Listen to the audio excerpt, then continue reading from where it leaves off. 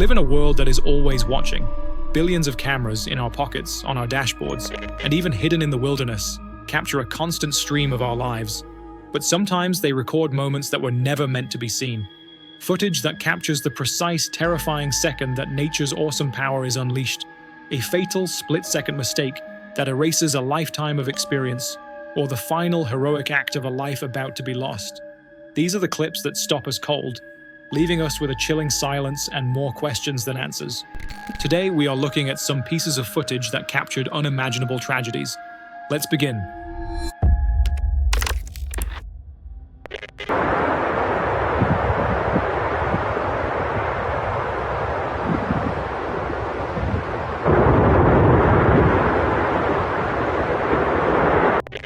The footage you are watching is not some Hollywood CGI. It's real. This unfolded on a beautiful, clear day in Banff National Park, arguably one of the most stunning places on Earth. People come from all over the world to see these mountains. They look solid, permanent, like they have been there forever and will be there forever. But this video shows a terrifying secret. Sometimes, in an instant, forever can end. This story, though, is about two best friends, a perfect day, and the final heroic act that was captured in the middle of this chaos. This is Khaled El-Gamal, then 28, and Hamza Benhilal, then 33. They were roommates and friends in Surrey, British Columbia, and as Khaled later said, they were like each other's family. They had both come to Canada to build new lives, Khaled from Egypt and Hamza from Morocco. They met while studying online and became inseparable. They were, for all intents and purposes, brothers. In June of 2025, they planned a vacation, a dream trip to see the famous mountains of Banff. This was the trip. They were excited. In fact, on that Thursday, June 19th, Hamza was the first one up. He woke Khaled at 7 a.m. saying, "Let's get going, you don't want to be late." You know, the one friend who is always the morning person. He was just so happy, so excited to start the day. A third friend who was on the trip with them decided to stay behind at the hotel. That friend must now be thanking every lucky star in the sky, because Khaled and Hamza headed out alone. Their plan wasn't even to go to Bow Glacier Falls.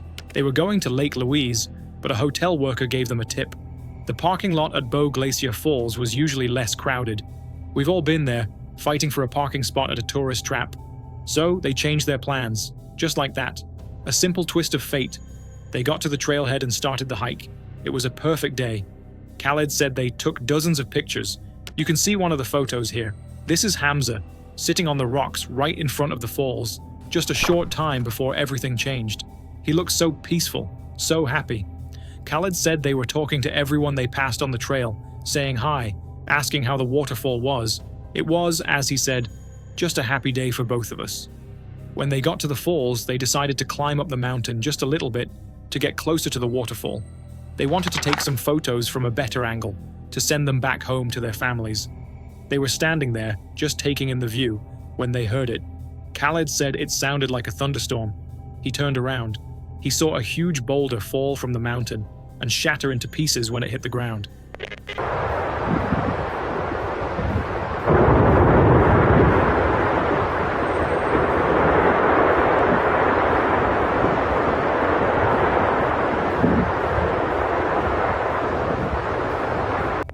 You are seeing exactly what they saw. A huge part of the mountain, right next to the waterfall, just lets go. It collapses. A giant slab of rock that has been there for thousands of years just gives up. A massive cloud of grey dust explodes outwards. It looks like a building demolition, but this is a mountain. Khaled, who was standing just behind Hamza, said he froze. He described it as a deer in headlights. He just could not move. But Hamza, who was in front of him, didn't freeze. He saw what was happening. He knew. And his very first instant reaction was not to save himself. It was to save his friend. He screamed at Khaled. Just one word. Run! Khaled said that scream, Hamza's voice, is what saved his life. It broke him out of his freeze. He turned and started to run. He only made it a few steps before a rock hit his feet, and he fell hard to the ground.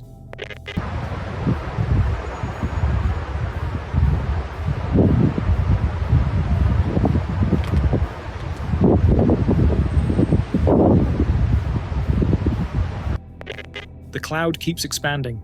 The camera pans back to the left, and the place where the cliff used to be is just gone. It's hidden inside this thick, dark, grey fog. While this footage was being captured, Khaled was on the ground. He said he was in and out of consciousness. Every time a rock hit him, he would black out, then wake up, then get hit again. He was being hit by stones on his head and his body, but he looked up one last time, and in that last second before the dust cloud covered everything, he saw his friend, Hamza. He was running, just running, before he disappeared into the wall of dust. Then, as suddenly as it began, the slide stopped. The rocks stopped falling, and there was just silence, an eerie, dusty silence. Khaled was on the ground, breathing hard. He was in a terrible state. He was in severe pain. He forced himself to get up. He said he had sustained life-altering injuries, including to his pelvis and shoulder. With wobbly legs, he started to make his way down the mountain. He couldn't see anything, but he could hear people screaming at the base of the trail, so he just followed the sound. Other hikers saw him and came running. They told him to lie down, to breathe. They put their jackets on him. He was soaked and he was in shock, but all he could think about was his friend. He told the other hikers, "I can't find my friend. I can't find Hamza." His mind, despite the pain, locked onto one thing: his brother. Rescue teams arrived. Helicopters were flown in. They found Khaled and 2 other injured hikers and flew them to the hospital, but they couldn't find Hamza. They also learned another person was missing. Her name was Jutta Hinrichs. She was a 70-year-old retired university professor from Calgary. She, like Hamza, had been in the direct path of the slide, in the wrong place at the absolute wrong time. Search and rescue teams, and even a search dog, looked for Hamza on Thursday afternoon. They located him beneath the debris, but the area was too dangerous. The mountain was still unstable, and they couldn't safely get to him. They had to make the unimaginably terrible decision to wait. They were able to bring him home the next morning, on Friday. So what happened? Was there a warning? An earthquake? The answer is almost scarier. Parks Canada investigated. They said the rockfall was the result of a natural process. It was an extremely rare event, and these are the words that haunt you.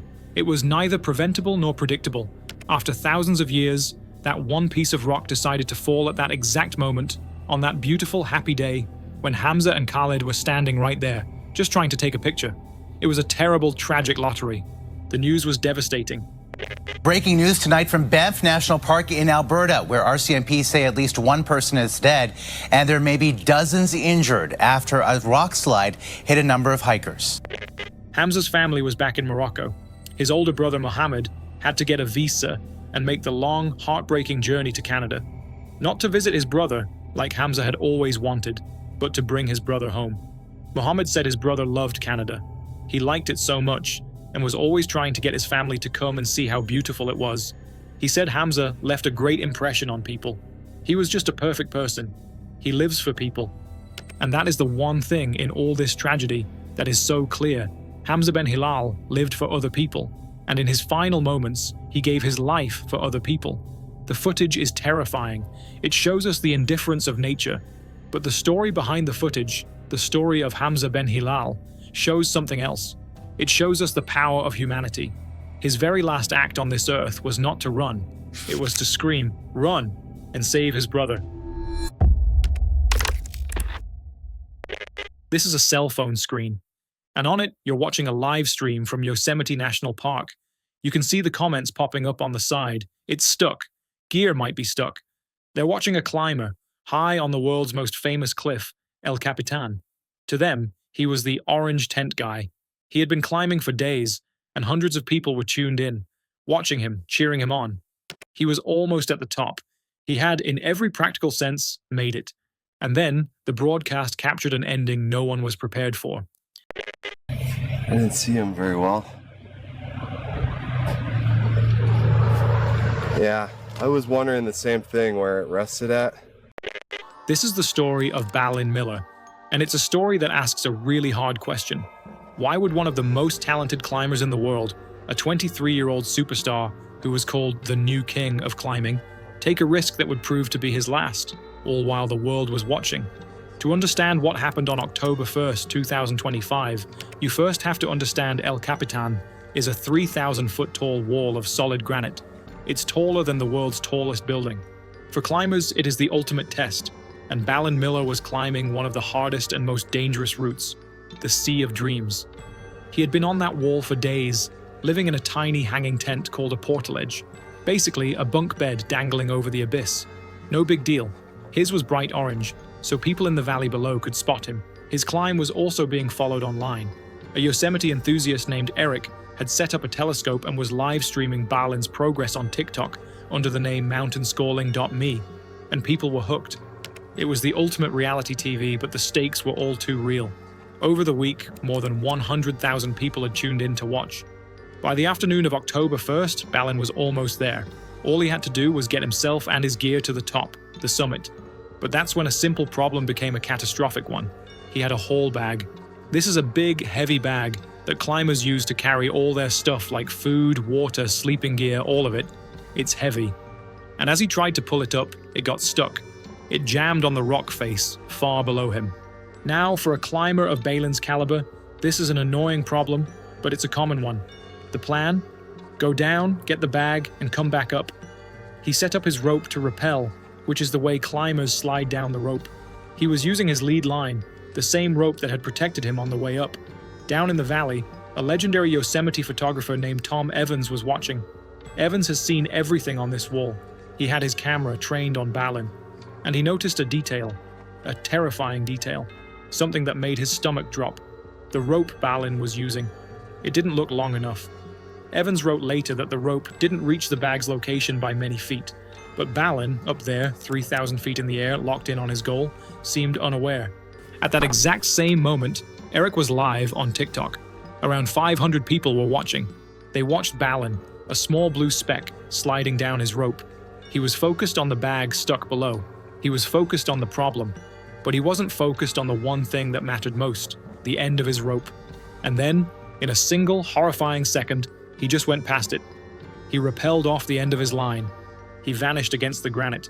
In the live stream chat, people who had just tuned in to see a man achieve his dream had instead witnessed the unthinkable. The National Park Service rangers and emergency responders reacted immediately. They are professionals, the best in the world. But on a wall that size, after an incident like that, there was nothing anyone could do. The rescue mission became a recovery. At 23 years old, Balin Miller was gone. So, who was this young man? Why was he risking everything on these giant walls? Balin Miller was born and raised in Anchorage, Alaska. His father and his older brother, Dylan, were both climbers. They put a rope in his hands when he was just a little kid. Balin wasn't in it for money or fame. In fact, he seemed to actively avoid it.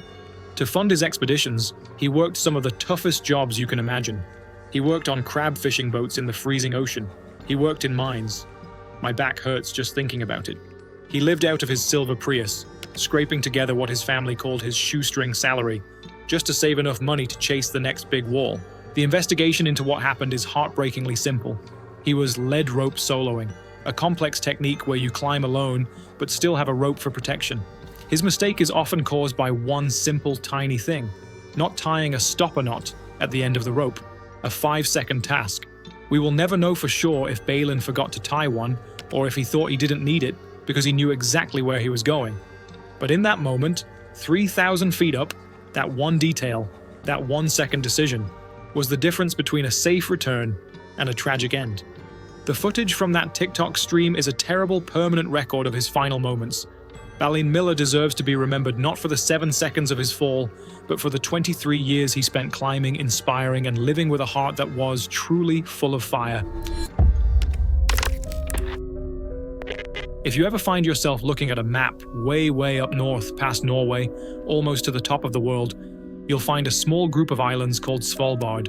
It is one of the most remote and wild places on Earth. It's a land of icy mountains, vast glaciers, and a sun that doesn't set for months at a time. Only a couple thousand people are brave, or perhaps just plain crazy, enough to live there. And the thing is, they're outnumbered. Because in Svalbard, the Welcome Committee isn't human. They are polar bears. There are over 3,000 polar bears on these islands. These are massive, powerful predators at the top of the food chain. In a place where food is scarce, they are known to be aggressive, and they are one of the few animals in the world that will actively hunt humans. In the summer of 2011, a group of 80 people, mostly young students, traveled to this remote wilderness. They were part of an adventure holiday with a group called the British Schools Exploring Society. It was meant to be the trip of a lifetime. Among them was a 17-year-old named Horatio Chapple. Horatio was one of those kids who just shines. He was friendly, hardworking, and had a passion for medicine. He was already volunteering at a spinal center and had his future mapped out, dreaming of becoming a doctor. This trip was a huge adventure for him. His parents naturally were sick with worry. They knew about the bears. They asked a lot of questions about safety, but they were promised that many precautions were in place. They were assured he would be safe, so they let him go. The trip was supposed to be over a month long. For the first 2 weeks, it was everything they had hoped for. The group hiked across the stunning, icy landscape. Horatio was having an amazing time. A few days before the attack, the group saw something that gave them a thrill: giant polar bear footprints in the snow. One of the students, Lauren Beach, remembered taking photos. But a thrill is a funny thing. It's just one step removed from terror. At the time, to them, it was just a sign that they were truly in the wild. They had no idea it was a warning. On the night of August 4th, they set up their camp on a glacier. They were excited about the next day and went to sleep. At around 7:30 in the morning on August 5th, Horatio was in a tent with two friends, Scott Smith and Patrick Flinders. Scott was the first to wake up. He felt the tent shaking. He thought maybe one of the leaders was trying to wake him up. And then the tent was ripped apart. Standing over them was a polar bear. It was skinny, its white fur matted. It was clear it hadn't eaten in a long time. This, many believe, is what made it so aggressive. It was starving. The bear immediately went on the attack. Patrick, who was just 17, was woken up by the tent collapsing on him. When he pushed the fabric away, the bear was right there. He said its claws were huge. He threw his arms up to protect himself, and the bear latched onto his arm and head. Patrick said he could hear a terrible sound over the bear's deafening growl. In that moment, he was sure this was the end. In a last, desperate primal attempt to save himself, he did the only thing he could think of. He struck the bear, repeatedly, right on the nose, and incredibly, miraculously, it worked. The bear let him go, but it then turned its attention to Horatio. Another student, Matthew Burke, was in a different tent. He woke up to the sound of screams, "Bear! Bear!" He rushed out of his tent to see something no one should ever have to witness. He saw the bear over Horatio, who was only in his boxer shorts. Matthew told the inquest that the bear then reared up and brought its full weight down. It's believed his life ended in that moment, from the encounter. The camp was in total panic. One of the adult leaders, 29-year-old Michael Reed, woke to the screams. He grabbed the group's rifle and ran out of his tent. He saw the bear on top of Horatio. He took aim at the animal's chest, cocked the rifle and fired. Click! The bullet just fell out onto the snow. He tried again. Click and again. Click.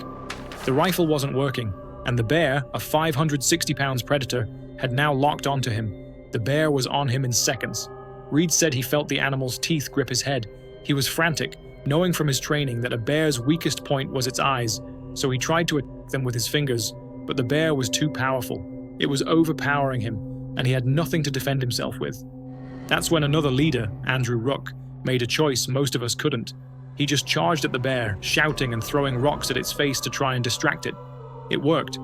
The bear let go of Michael Reed and turned on Andrew, knocking him to the ground. Andrew stared up at the animal, its paws on his shoulders, its face inches from his. He was sure this was the end. He had accepted it. But that single moment of distraction was just enough. Michael Reed, who had escaped, found one of the rounds that had fallen to the ground. He managed to load it into the rifle, took aim one more time, and fired. This time, the rifle worked. The bear collapsed, lifeless. They were safe. But the silence that followed was deafening. The cost was devastating. Horatio Chapple, the 17-year-old boy who wanted to be a doctor, was gone. 4 others, including the 2 leaders who fought the bear, were seriously injured. So how?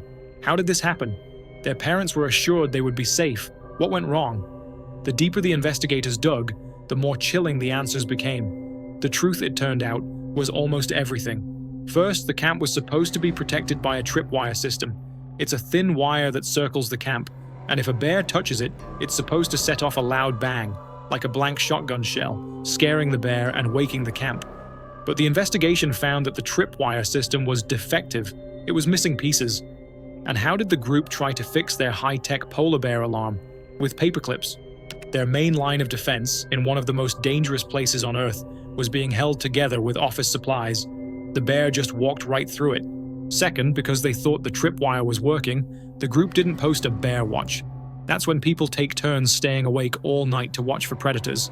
It's a standard safety measure in bear country, but they all went to sleep, trusting an alarm that was a joke. Third, the pen flares. These are like small handheld flare guns. Firing one at a bear is usually enough to scare it away. The plan was for everyone to have one. A good plan. But it wasn't followed. They hadn't packed enough. Only the team leaders had them, not the students in the tents. And finally, the rifle. The one last final line of defense they had to protect 80 people wasn't a modern reliable weapon. It was a Mauser 98K rifle, a model that dates back to World War II. It was a museum piece. It had been stored improperly. The training on how to use it was extremely limited, and when it was needed most, it failed. Again and again and again. An inquest found that the British Schools Exploring Society had not acted with criminal negligence. The official ruling was that Horatio's death was caused by a number of unfortunate circumstances. His parents appealed, but no criminal charges were ever brought. It's a story of tragedy and of terrible preventable failures, but that is not where Horatio's story ends. Before he left, Horatio, this kid with a huge heart, used to volunteer at a spinal center in his hometown. He worked with patients who were paralyzed, many of them young. He noticed that the one thing they were missing was a place to go outside, to just feel the sun on their face. He had an idea to create a beautiful garden for them and their families. After he was lost, his family and friends decided to make his dream a reality. They refused to let his story be just a tragedy. They set up a charity in his name, called Horatio's Garden. Today there are 8 of these incredible, life-affirming gardens at spinal injury centers all across the UK. Horatio Chapple never got to become a doctor. His life was cut short in the most terrifying way imaginable, in a tragedy that should never have happened. But his dream of helping people, his kindness, and his legacy, they live on. And in the end, he has been able to change the lives of countless people, just as he always wanted to. In the vast, quiet wilderness of Montana, the trees are supposed to keep secrets. When something terrible happens out here, the first suspect is almost never human. On October 12, 2019, the Gallatin County Sheriff's Office received a call. A 911 caller reported a man found in his tent, about 2.5 miles up Moose Creek Road. The caller was distraught, and the scene was, well, bad doesn't even begin to cover it. It was, they were certain, a bear. And why wouldn't they think that? This is Big Sky country. People here live side by side with nature, and they know what it's capable of. They respect it. Multiple agencies, including Montana Fish, Wildlife and Parks, rushed to the scene. But when that agent arrived, the story changed. The expert looked around the campsite, at the tent, at the scene, and found nothing. No signs of bear activity, no tracks, no torn fabric consistent with a large predator. No, this wasn't a bear.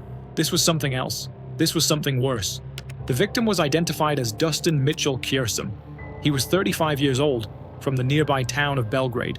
Dustin was exactly the kind of person who makes a community like this work. He was the guy who could have poured the foundation for your house or installed your countertops. He was a craftsman, a builder. But more than that, he was a dad, a brother, a son. He was, by all accounts, a good man, living a good life. And he in no way deserved what had happened to him. With the bear attack theory gone, investigators had to treat this as what it was, a homicide. And the evidence they found pointed to a level of rage that was deeply personal and terrifying. The autopsy would later confirm that Dustin had sustained multiple grievous injuries. The damage was described as originating from a brutal and sustained encounter. So who would do this, and why? Dustin was well prepared for a weekend of camping. He'd been last seen on the afternoon of Thursday, October 10th. He drove his black 2013 Ford F-250 pickup, the one with the black topper and the silver ladder rack, up Moose Creek. He set up what was, by all accounts, a pretty impressive campsite. A full wall tent, a wood stove, beds, lamps. This was a man who knew and loved the outdoors. He was planning to meet up with his girlfriend and a friend on Friday afternoon to spend the weekend together. But Friday came, and Dustin never showed up. The calls went unreturned. The texts went unanswered. That's a feeling we all know. That little knot of dread in your stomach. When he didn't appear, his girlfriend and his friend became worried. On Saturday morning, they decided to drive up to the campsite themselves to find him. And that is where they found him. The Gallatin County Sheriff's Office was now in a very difficult position. They had a victim, a remote crime scene with no cell service, and a killer who had a 2-day head start. Sheriff Dan Springer was blunt with the community. He said, "We do know that someone was out there who committed a truly terrible act. So if you're out there in the woods, you need to remain vigilant." The community was terrified. Was there a monster in the woods? Only this one was human. So the investigation began. And in 2019, what's the first thing you look for? Footage. Of course. The police put out a massive public plea. They asked for anyone who was in the Moose Creek or Tamfery Creek area between Thursday evening and Saturday morning to call them. But more than that, they specifically asked for footage. Anyone with game or trail cameras in the area was urged to turn over what they had. This is a fascinating part of the story. You have this man, in a tent, in the woods, met with such a primal, vicious end. And the police response is to launch a 21st century digital dragnet. They were hoping that some hunter's hidden camera, meant to catch a deer or an elk, had instead caught a glimpse of a killer. They were looking for terabytes of data, hoping for one single grainy frame that would break the case. But the trail cams showed nothing. The killer, it seemed, had vanished back into the wilderness, just as suddenly as they had appeared. And then, investigators found something small and cold, and sitting right there at the crime scene. Inside Dustin's tent, investigators found shot glasses, and they found beer cans. This, at first, seemed to support the idea that Dustin had been with someone he knew, but one of those beer cans didn't belong. They sent that can to the Montana State Crime Lab. They ran the DNA, and they got a hit. The DNA belonged to 2 people in the state's criminal database. At first, this was confusing. This is where it gets a little strange. Were there 2 of them? But investigators quickly discovered the 2 people were believed to be twin brothers. They ruled one of them out immediately. He was already in prison, which, as alibis go, is pretty solid. That left only one. The name that came back was Darren Christopher Abbey. He was 41 years old, and when police went to find him, they didn't have to look far. He was already in custody, in another county, on unrelated charges. The system had him, just for the wrong reasons. Detectives interviewed Abbey, and he confessed. The story he told is, perhaps, the most disturbing part of this entire case, because it's a story about nothing. There was no connection between the victim and the killer. This is what Abbey said happened. On that same Thursday night, October 10th, Abbey was also looking for a place to camp. He'd planned on using that exact same campsite. As he approached, he realized someone was already there. That someone was Dustin Kiersum. Now, in this moment, Dustin could have been territorial. He could have been annoyed. He was neither. According to Abbey's own confession, Dustin Kiersum welcomed him into the campsite. He was friendly. He offered the stranger a beer. And at some point in that interaction, for a reason that may never be known, Darren Abbey asked him. Abbey admitted to using several implements he found at the campsite during the encounter, including a piece of wood, a tool, and the camp axe. It was a sudden, unprovoked, and unspeakably violent act, committed against a man who had, moments before, shown him only kindness. After the encounter, Abbey did what guilty people do. He tried to cover his tracks. He took items from the campsite that he thought had his fingerprints or DNA on them. He took the cooler, he took the tool he had used, he also took 2 firearms that belonged to Dustin, and then he left. But he actually returned to the crime scene the following night to remove even more items, to try and scrub the scene of his presence. Later, Abbey would try to change his story. In court, he would plead not guilty and claim self-defense, saying that Dustin, a man he didn't know, had threatened him and his dog with a gun. But the evidence just didn't add up. In the end, we record so much of our lives. We have cameras on our phones, on our dashboards, and even in the trees. We think they'll protect us, that they'll see everything. But the story of Dustin Kiersum is a terrifying reminder that true malice doesn't happen for the cameras. It happens in the gaps between the recordings. And sometimes the only thing that's left to tell the tale is a single piece of evidence that can't be explained away. Iceland. They call it the land of fire and ice, and for good reason. It's a place that looks less like a vacation spot and more like a location scout for a sci-fi blockbuster. People flock there from all over the world to see things you just can't see anywhere else. The aurora dancing in the sky, the earth literally splitting open at volcanoes, and the ice, giant ancient rivers of ice called glaciers. But the real prize, the thing you see on Instagram, is inside these glaciers. Caves made entirely of blue, crystal clear ice. It's like walking inside a diamond. A beautiful, shimmering, and utterly unforgiving diamond. Ethan Cole was 28 years old, an American tourist on the adventure of a lifetime. He'd saved up for this trip to Iceland. He was a vlogger, or at least he wanted to be. He was filming everything, hoping to show his friends and family back home. On this day, he was on a guided tour to see the ice caves at Breiðamerkurjökull. That's a very long Icelandic word for a very, very big piece of ice. It's part of Vatnajökull, the largest glacier in all of Europe. It's a popular spot. Tourists come by the busload to see these natural wonders. No one in that cave knew what was happening outside, or rather, above them. It was warmer than usual for that time of year. The sun was out, and when it comes to glaciers, warm is a terrifying word. See, glaciers aren't static. They are rivers of ice, constantly moving, shifting, and breaking. They are living things, and they are notoriously cranky. The Association of Icelandic Mountain Guides knew this. They had publicly warned that glacier trips during these warmer periods could be, in their words, very dangerous. A warning that, as we'll see, seems to have gone unnoticed. When the first reports came in, it was chaos. Authorities received a call around 3 p.m. on that Sunday. An ice cave had collapsed at Breiðamerkurjökull. A large expedition was inside. A massive rescue operation began immediately. At one point, as many as 200 rescuers were on the scene. They had to travel over rugged, difficult terrain just to get there. Once they arrived, they found a scene of confusion. They had to sift through the icy rubble by hand. Think about that. Digging through tons of ice, by hand, against the clock. They were looking for survivors. The tour operator's records were confusing. At first, they believed 25 people were on the tour, but they could only account for 23. Imagine that feeling. You've survived a terrifying ordeal, but the rescuers are telling you 2 of your group are missing. The search continued. Rescuers used chainsaws to cut through the ice, working into the night until conditions became too dangerous. The next morning, the search resumed. They moved all the ice that had fallen. They had to be sure. Finally, the police field manager made an announcement.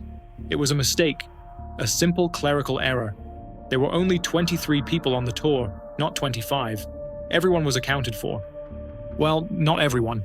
In the initial collapse, not everyone had been as lucky as Ethan. The authorities confirmed that one man, an American citizen, had not survived the collapse. The injuries he sustained from the falling ice were too severe. Another woman, also American, was seriously injured and had to be transported by helicopter to a hospital in the capital, Reykjavik. So what went wrong? This is where the story gets complicated. The rational theory? It's simple and brutal. Glaciers melt. Ice caves are temporary. They are formed by melting water, and they are destroyed by it. The cave was just done. Its time was up. The people inside were just in the wrong place at the wrong second. A tragic, awful natural accident. But then there's the other theory, the more uncomfortable one. It's about human decisions. The Association of Icelandic Mountain Guides called for a full investigation. They immediately stated that glacier trips during warmer months are very dangerous. Which begs the question, if the experts all knew it was dangerous, why was a tour group of 23 people inside one? The tourism boom in Iceland is massive. People are desperate to see these things, and there are hundreds of companies willing to take their money to show them. Did this tour company push its luck? Did they ignore the signs? Did they put profit ahead of safety? The Minister of Tourism for Iceland said the matter would be discussed in Parliament. There were calls for full investigations and tighter regulations, because this wasn't the first time someone had been hurt. But it was the first time it had been this public, this consequential. At the end of the day, 23 people went on a tour looking for the perfect photo, the adventure of a lifetime. One of them didn't come home. That man was Ethan Cole. His partner survived the collapse, but then had to endure the agonizing flight back home with an empty seat next to her. This is the story of Katja and Maurice Kraft. They were a French couple, a husband and wife team. And they were, to put it simply, obsessed with volcanoes. They were volcanologists, but that word is too sterile, too boring for them. They were explorers. They were artists. Some of their colleagues had a better name for them, the Volcano Devils. Starting in the 1970s, they spent more than 20 years chasing the fire, traveling the globe, witnessing over 140 eruptions. They met at the University of Strasbourg. Katja was studying physics and geochemistry. Maurice was studying geology. Both of them had been fascinated by volcanoes since they were kids. It was a match made in magma. They were a perfect team, but they were polar opposites. Maurice was the showman, the wild card. He was famous for saying his ultimate dream was to build a special titanium canoe and literally paddle it down a river of lava. You get the sense he was only half joking. Katia was the more focused one, the observer. She was the one who would take the hundreds of hours of film and photos and patiently catalog everything, editing their footage into the spectacular books and films that would pay for their next adventure. But let's talk about the footage. You see them. They look like astronauts who have landed on a different planet, and right next to them is a flowing river of glowing red and orange lava. The heat, even from this distance, must have been blistering. The camera, which one of them is holding, zooms out. You can see the texture. It bubbles and folds over itself. It moves fast, and you know it's unstoppable. The sound is probably deafening. The footage cuts to a lava fountain. Bright orange lava is literally splashing and spraying into the air, like a geyser made of fire. And Katia and Maurice are just standing a few yards away, filming it, as you do. But then, you get the shot that truly captures who they were, especially Maurice. Maurice is walking on a small black patch of cooled rock. He is completely, totally surrounded by a moving, flowing river of red-hot lava. If that little black rock gives way, he's gone. He's got a long metal pole and he's poking the lava. A puddle that is 2,000 degrees and would consume him instantly. This is the curiosity stronger than fear in action. It's madness, it's bravery, it's science. The clips end with more of these dramatic, horrifyingly beautiful shots of lava flowing against the dark landscape. This is what they lived for, to stand on the very lip of the underworld and send back pictures. For over 20 years they did this. They ran towards eruptions. They had witnessed everything. The beautiful lava flows of Hawaii, the acidic crater lakes of Indonesia. They had survived everything the planet could throw at them. But there was one phenomenon they had never been able to capture up close. The most dangerous, most unpredictable, and most powerful event in volcanology. A pyroclastic flow. A pyroclastic flow, also called a glowing cloud, is an explosion. It's an avalanche of toxic gas, ash, and pulverized rock, all superheated to over 800 degrees Celsius, moving at the speed of a race car. It's an instant, fiery erasure of absolutely everything in its path. There is no escaping it. Katia and Maurice were obsessed with them because they were the most lethal aspect of an eruption. They wanted to understand them. They wanted to film them, to create a video that could be used to warn people, to teach governments when to evacuate. In June of 1991, they got their chance. Mount Unsen in Japan, which had been quiet for 200 years, started to rumble. The crafts, of course, rushed right over. A group of 41 other people, scientists, journalists, photographers, were all there, eager to document the event. They all gathered at an observation post, a spot on a ridge that was thought to be safe. It was about 2 miles from the summit, and previous, smaller pyroclastic flows had all been channeled down a nearby valley, missing this ridge completely. It was the safe spot. On June 3rd, a Japanese television crew was filming a correspondent from that very spot. Then, they heard a sound, a roar. A massive pyroclastic flow had erupted from the summit. It was far, far larger than anyone had dared to anticipate. It roared down the mountain, just as they expected. But then, it did the one thing they didn't, and couldn't, predict. The mountain broke its own rules. It forked. Part of the avalanche charged down the valley. The other part, moving at over 100 miles per hour, and burning at an impossible temperature, shot straight up the side of the valley, and completely overran the safe observation post. There was no time to run. There was no heat suit that could protect them. There was nothing to do. In an instant, Maurice and Katia Kraft, along with the 41 other people on that ridge, were gone. They were lost trying to capture footage of the very thing they had dedicated their lives to understanding. And that could be the end of the story. A terrible, tragic end. A warning about flying too close to the sun. But if you think that, you'd miss the entire point of who they were, and what they did. Just a few weeks after their final expedition, on the other side of the world, Mount Pinatubo in the Philippines was threatening one of the largest eruptions of the 20th century. Tens of thousands of people lived on the slopes of the volcano, and with a stubbornness you have to almost admire, they refused to leave. The local authorities were desperate. They needed to convince people that this threat was real. And what did they use to convince them? They used an educational film that Katia and Maurice had just completed. A film that used their decades of footage to show, in graphic, terrifying detail, what a volcano can do. It showed the devastation from another eruption in Colombia, where 25,000 people had been lost. Because of that film, people finally understood the danger. The authorities were able to order a massive, widespread evacuation. Mount Pinatubo erupted, and it was catastrophic. But because of the craft's warning, 58,000 people were saved. Katya and Maurice lived the intense, brief life that they had always wanted. Their ashes were placed together in a temple at the base of Mount Unzen. In life and in their passing, they never parted. They left behind an archive that is still teaching us about our wild, beautiful planet, and a love story that was, quite literally, written in fire. But the next case, it's one of the most heartbreaking, because this isn't footage of a mystery or an attack. This is footage of a tragedy that happened in plain sight, a protest that went terribly, terribly wrong. This is El Capitan. It's a 3,200-foot wall of solid granite in Yosemite National Park, and it is stunning. For most of us, myself included, it's an amazing screensaver and a great place to lose your breath walking up to it. But for a small, very brave, or perhaps very different group of people, it's a launching pad. They are called base jumpers. You've probably heard of them. The name, of course, is an acronym for the 4 things they love to jump off of: buildings, antennae, spans, like bridges, and earth, like cliffs. It looks like the ultimate rush. But the National Park Service, well, they are not fans. In fact, they have a complete ban on base jumping. They say it's just too dangerous. The jumpers, on the other hand, say that's not true. They argue that if you're an experienced professional, you can do it safely. This disagreement is what our story is all about. The year is 1999. Just a few months earlier, in June, a jumper named Frank Gambale III had successfully and illegally jumped from El Capitan. He landed perfectly. He had done the dangerous part. But then, he saw the park rangers waiting for him. He tried to swim across the Merced River to get away, and he did not survive. It was a terrible, tragic, and frankly, a bizarre ending. This event ignited the base jumping community. They felt that the rangers' pursuit was what directly led to his demise. They decided they had to do something. They had to prove to the world and to the Park Service that this sport was safe when done right. Jan Davis was 60 years old and an absolute legend. She had over 70 successful base jumps. She was the first woman to jump from Angel Falls in Venezuela, the highest waterfall in the world.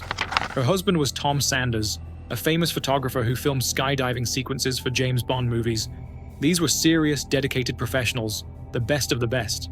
So Jan and a group of other expert jumpers came up with a plan. It was a protest. On October 22nd, 1999, 5 jumpers, including Jan, would leap from El Capitan. And this was not a secret. They told everyone. They told the media, who showed up with cameras. They told their friends and family, who gathered in the meadow below to watch. And they even told the National Park Service. The transparency was the entire point. The plan was all arranged. The 5 jumpers would fly down into a designated landing area. The park rangers would be waiting for them. Not with handcuffs necessarily, but with clipboards. The jumpers agreed to be detained. They knew they would get a citation, probably a fine of around $2,000. And, this is the most important part, the rangers would confiscate their equipment. That was the deal. They would then fight this in court, hoping to finally get the ban lifted. The whole thing was designed to be a peaceful, safe demonstration, a statement. But there was one tiny problem. That last part. The part about their equipment being confiscated. Jan Davis, being a top-tier professional, had top-tier gear. Her parachute rig was custom, expensive, and she knew it like the back of her hand. She did not want to lose it. So Jan made a decision that, in hindsight, is just agonizing. She decided to use borrowed gear. She wasn't going to let the rangers take her personal rig, so she borrowed a parachute from someone else. Now, here's the detail that will haunt you. Her own familiar parachute had the ripcord on her back.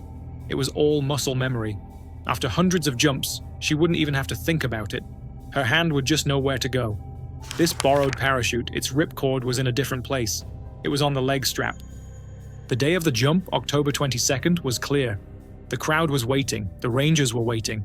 Her husband Tom was on the ground, his camera pointed up at the massive cliff, ready to capture the historic protest. The first jumper went. A few seconds, and then the parachute opens. The crowd cheers.